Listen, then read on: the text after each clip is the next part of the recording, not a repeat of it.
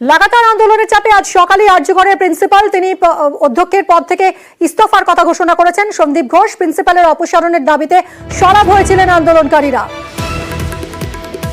যদিও সন্দীপ ঘোষ দাবি করেছেন যে চাপে নয়, স্বেচ্ছায় পদত্যাগ করেছেন তিনি।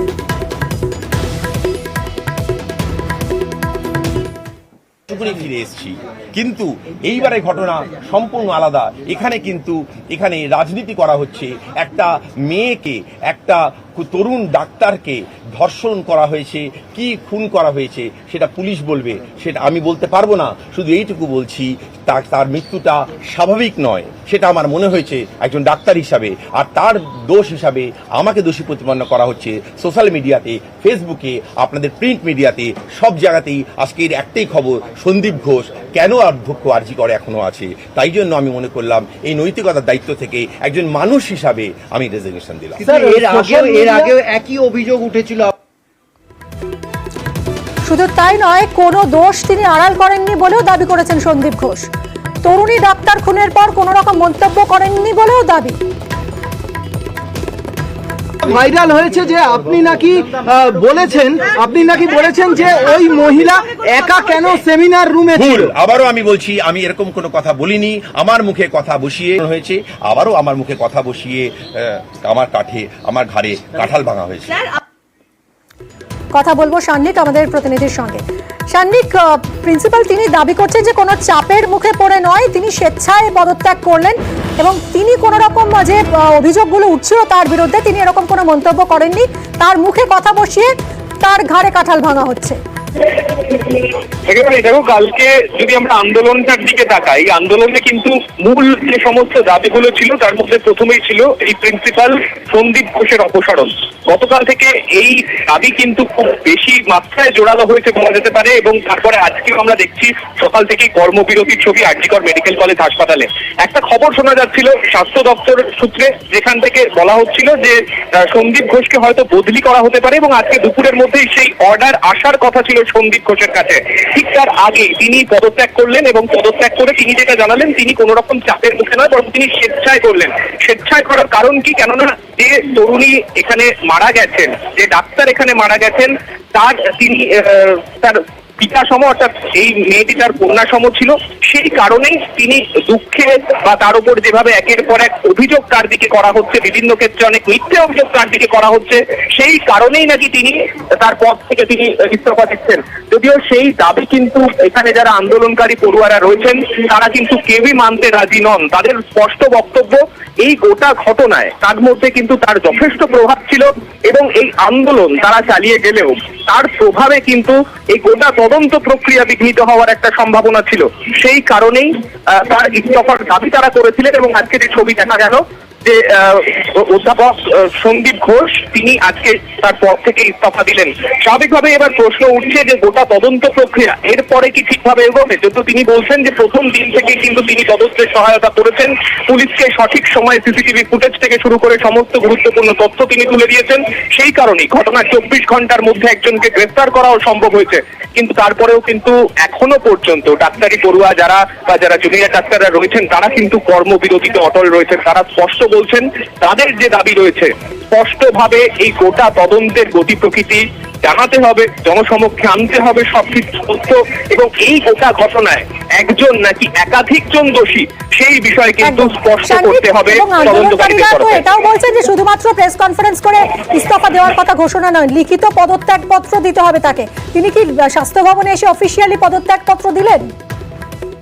দেখো, সকালবেলা যখন তিনি এখানে পদত্যাগ করার কথা সাংবাদিকদের সামনে ঘোষণা করলেন, তার মিনিট 10-এর মধ্যেই তিনি একেবারে সরাসরি সাংবাদিকদের সঙ্গে কথা শেষ করার পরেই তিনি এখান থেকে গাড়িতে করে বেরিয়ে যান, এবং তিনি স্বাস্থ্য ভবন যাচ্ছেন বলেই জানিয়ে যান। তিনি স্বাস্থ্য ভবনের উদ্দেশ্যে এখান থেকে চলে যান, সেখানে গিয়ে তিনি লিখিত পদত্যাগ পত্র সেখানে জমা করবেন। তারপরে যে সরকারি যে প্রক্রিয়া রয়েছে, অর্থাৎ এই পদত্যাগ পত্র গ্রহণ করা হবে কি হবে না সেই বিষয়ে কিন্তু সরকারি তরফে পরবর্তী সিদ্ধান্ত জানানো হবে। তবে পড়ুয়াদের যেটা দাবি যে এই গোটা ঘটনায় সরকারি তরফেও একটা লিখিত দিতে হবে, যাতে স্পষ্ট বলা হবে এই সন্দীপ ঘোষকে আর কোনো জায়গায় কোনো মেডিকেল কলেজ হাসপাতালে পুনর্বহাল করা যাবে না। অর্থাৎ যে বদলির সিদ্ধান্ত হয়েছিল তাতেও কিন্তু এখানে যে উল্লেখ্য, তাকে ক্যালকাটা ন্যাশনাল মেডিকেল কলেজ হাসপাতালে বদলি করার কথা চলছিল, কিন্তু তার মধ্যে পড়ুয়াদের দাবি অন্য কোনো মেডিকেল কলেজ হাসপাতালে যেন তাকে কোনো পদে না পুনর্বহাল করা হয়, সেই বিষয় কিন্তু সুনিশ্চিত করতে হবে সরকারকে। এই বিষয়টাও কিন্তু তারা আজকে আন্দোলনের মধ্যে বারংবারই তুলে আনছেন, এমনটাই কিন্তু এখানকার জুনিয়র ডাক্তারদের একাংশ যারা সাংবাদিকদের মুখোমুখি হচ্ছেন তারা কিন্তু তেমনটাই জানাচ্ছেন। একদমই সান্নিক, সঙ্গে থাকো। আরজিকরের নতুন অধ্যক্ষ হতে পারেন সুরিতা পাল। স্বাস্থ্য ভবনের ওএসডি সুরিতা পাল, তিনি আরজিকরের নতুন অধ্যক্ষের দায়িত্ব নিতে পারেন বলেই জানা যাচ্ছে। সান্নিক, তোমার কাছে আর কি খবর রয়েছে এই সংক্রান্ত? দেখুন, এই সিদ্ধান্ত মূলত গতকালই স্বাস্থ্য ভবনের তরফে নেওয়া হয়েছিল বলেই এখনো পর্যন্ত সূত্রের খবর। যেমনটা জানতে পারা যাচ্ছে, সুরিতা পাল তিনি স্বাস্থ্য ভবনের ওএসডি পদে রয়েছেন, তাকে আরজিকর মেডিকেল কলেজ হাসপাতালের অধ্যক্ষ পদে নিয়ে এসে এখান থেকে সন্দীপ ঘোষকে সরিয়ে ক্যালকাটা ন্যাশনাল মেডিকেল কলেজে বদলি করার কথা হয়েছিল। যদিও এই মুহূর্তে সন্দীপ ঘোষ তিনি যেহেতু নিজেই পদত্যাগ করছেন, সেই কারণে সুরিতা পালকেই এখানে অধ্যক্ষ পদে বহাল করা হতে পারে তেমন সম্ভাবনার কথাই কিন্তু এখনো পর্যন্ত জোরালো। যদিও সরকারি তরফে এখনো পর্যন্ত তার পদত্যাগ গ্রহণ করা হয়েছে বা কোনো সরকারি তরফে এখনো কোনো বিবৃতি বা কিছু কিন্তু জানা যায়নি। তিনি পদত্যাগ করার পরে তার পদত্যাগ পত্র গৃহীত হওয়ার পরেই কিন্তু পরবর্তী সিদ্ধান্ত জানিয়ে দেওয়া হবে আরজিকর মেডিকেল কলেজ হাসপাতালে কে এখানে দায়িত্ব নেবেন অধ্যক্ষ হিসেবে। তিনি ধন্যবাদ সান্নিক। এদিকে আরজিকরের আন্দোলনকারীরা তারা গতকালই প্রিন্সিপালের পদত্যাগের জন্য 12 ঘন্টা সময় বেঁধে দিয়েছিলেন। গতকাল কি বলেছিলেন আন্দোলনকারীরা, শুনবো। আমরা ইমিডিয়েট জুডিশিয়াল ইনকোয়ারি যেটা চাইছিলাম সেটা আমরা চাইছি। দোষীদেরকে অবিলম্বে গ্রেপ্তার করা উইথ প্রপার এভিডেন্স এবং শাস্তি হিসেবে আমরা ক্যাপিটাল পানিশমেন্ট চাইছি। এর সাথে সাথে আমরা যেটা চাইছি যে রিলিভেন্ট এভিডেন্স, যেটা সিসিটিভি ফুটেজের কথা বলা হচ্ছে, সেটা পাবলিশ করা এবং proper postmortem report should be share with the committee representative of the protesting resident doctor. এর সাথে অ্যাপোলজি এবং রেজিগনেশন চাইছি আমরা হায়ার অথরিটির পক্ষ থেকে উইদিন 12 আওয়ারের মধ্যে। আমি হায়ার অথরিটির মধ্যে প্রিন্সিপাল, এমএসপি, চেস্ট মেডিসিনের এইচওডি এবং ওই দিন যে on duty ACP of the article যারা ভিকটিম তাদেরকে সম্পূর্ণ যথাযোগ্য যা প্রয়োজন তার কম্পেনসেশন দেওয়ার জন্য আমরা দাবি রাখছি। এসআইটির আন্ডারে যে ইনভেস্টিগেশন হচ্ছে সেই ইনভেস্টিগেশনের ডে টু ডে প্রোগ্রেস কি আমরা চাইছি day to day progress with written statement publish করা হোক। যদি কোনো থাকে তাহলে আমাদের রিপ্রেজেন্টেটিভের কাছে শেয়ার করা হোক।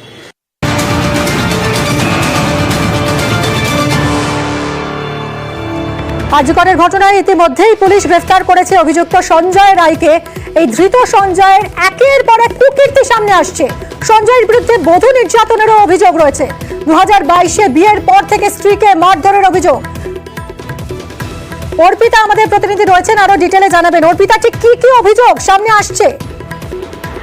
দেখো, আমরা যেটা দেখি যে এই আরজিকরের ঘটনায় সঞ্জয় রায়কে গ্রেফতার করা হয়েছে। তবে সঞ্জয় রায়ের যে অভিযোগ, সঞ্জয় রায়ের বিরুদ্ধে যে অভিযোগ, এটা কিন্তু কলকাতা পুলিশ এটা প্রথম নয়। এর আগেও কলকাতা পুলিশের কাছে কালীঘাট থানায় তার বিরুদ্ধে অভিযোগ হয়েছিল।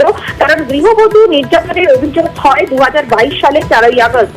কিন্তু তার শ্বশুরবাড়ির যারা সদস্য তাদের দাবি যে পুলিশ কোনো ব্যবস্থা নেয়নি। হয়তো সঞ্জয় তখন সিভিক ভলেন্টিয়ার ছিল, তাই কারণে কোনো ব্যবস্থা নেওয়া হয়নি, এমনটাই চাঞ্চল্যকর অভিযোগ। তারা চান যে সঞ্জয় রায় শ্বশুরবাড়ির সদস্যরা চান যে কঠিন থেকে কঠিনতম শাস্তি যেন হয়। যেভাবে তাদের মৃত্যু হয়েছে, তার কারণ তাদের মেয়ের সঙ্গে বিয়ে হয়েছিল 2022 সালের 19শে ফেব্রুয়ারি। কিন্তু 6 মাস যেতে না যেতেই অকথ্য অত্যাচার চালানো হয়। এমনকি তার স্ত্রী, অর্থাৎ সঞ্জয়ের স্ত্রী, তিনি ক্যান্সারে তিনি আক্রান্ত হয়েছিলেন। তার ট্রিটমেন্টও তিনি করতেন না। শেষ পর্যন্ত কিন্তু তার স্ত্রী বাপের বাড়িতে তাকে পাঠিয়ে দেয় এবং বাপের বাড়ির যারা সদস্য তারাই কিন্তু পুরো ট্রিটমেন্ট তারা চালায়। শেষ পর্যন্ত 2023 সালের 10ই আগস্ট তার মৃত্যু হয়। এবং অকথ্য এই অত্যাচার করতে গেলে অভিযোগ সেই সময়তে 2022 সালে 4ই আগস্ট অর্থাৎ বিয়ের 6 মাসের মধ্যেই কালীঘাট থানা একটি অভিযোগ দায়ের করা হয়। সেই পরিপ্রেক্ষিতে কালীঘাট থানা সেখানে একটি জিডি অর্থাৎ জেনারেল ডায়েরি করে, 281 নাম্বার জেনারেল এন্ট্রি নাম্বার।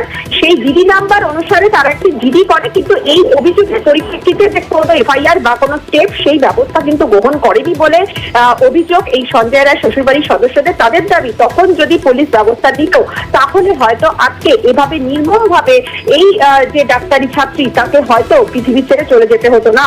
অর্থাৎ এই যে চিকিৎসকের যে মৃত্যু, সেই এই ঘটনায় জড়িত সঞ্জয় এর আগেও তার নিজের স্ত্রীকেও ব্যাপকভাবে মারধর করত, এমনকি নির্যাতন করত। একদমই, অর্থাৎ সময় যত এগোচ্ছে ততই একের পর এক কুকীর্তি সঞ্জয় রায়ের সামনে আসছে। বিভিন্ন অভিযোগ এর আগেও উঠেছে তার বিরুদ্ধে, কালীঘাট থানার বিরুদ্ধেও নিষ্ক্রিয়তার অভিযোগ উঠছে।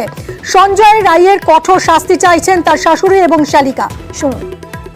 ওই মারধর করতো, মদ খেয়ে আসতো, বোনকে মারতো, বোন আমাদেরকে জানিয়েছিল। তারপর থেকে ওর সাথে আর কোনো নেই, আমাদের মরার পর থেকে কোনো কন্ট্যাক্ট নেই ওর সাথে। আপনার বোনের যখন বিয়ে হয় তখন কি আপনারা জানতেন যে ও কিসে কাজ করে বা কোথায় কাজ করে? ওর আগে বিয়ে ছিল? সে বলেছিল পুলিশে চাকরি করি। বিয়ের কথা সেটা আমরা পরে জানতে পেরেছি, বিয়ের পরে। সে তো শাস্তি ওকে দিতেই হবে, এইভাবে যা করেছে। কষ্ট পেয়েছিল? হ্যাঁ, অনেক কষ্ট পেয়েছে আমার দিদি। কি হয়েছিল? মেয়ে যখন মারধর করতো, মেয়ে আমাকে কেঁদে কেঁদে বলতো যে আমাকে এমনি মেরেছে, গয়না নিয়ে নিয়েছে, এ করেছে, ও করেছে। অত্যাচার করতো? হ্যাঁ, আচ্ছা, তারপর? অত্যাচার খুব করতো। তারপরে আমি খবর পেয়েছি তো আমি থানায় জানালাম, কালীঘাট থানায়। রাত্রিবেলা 2টোর সময় এমনি। 2022 সালে? হ্যাঁ, তারপর?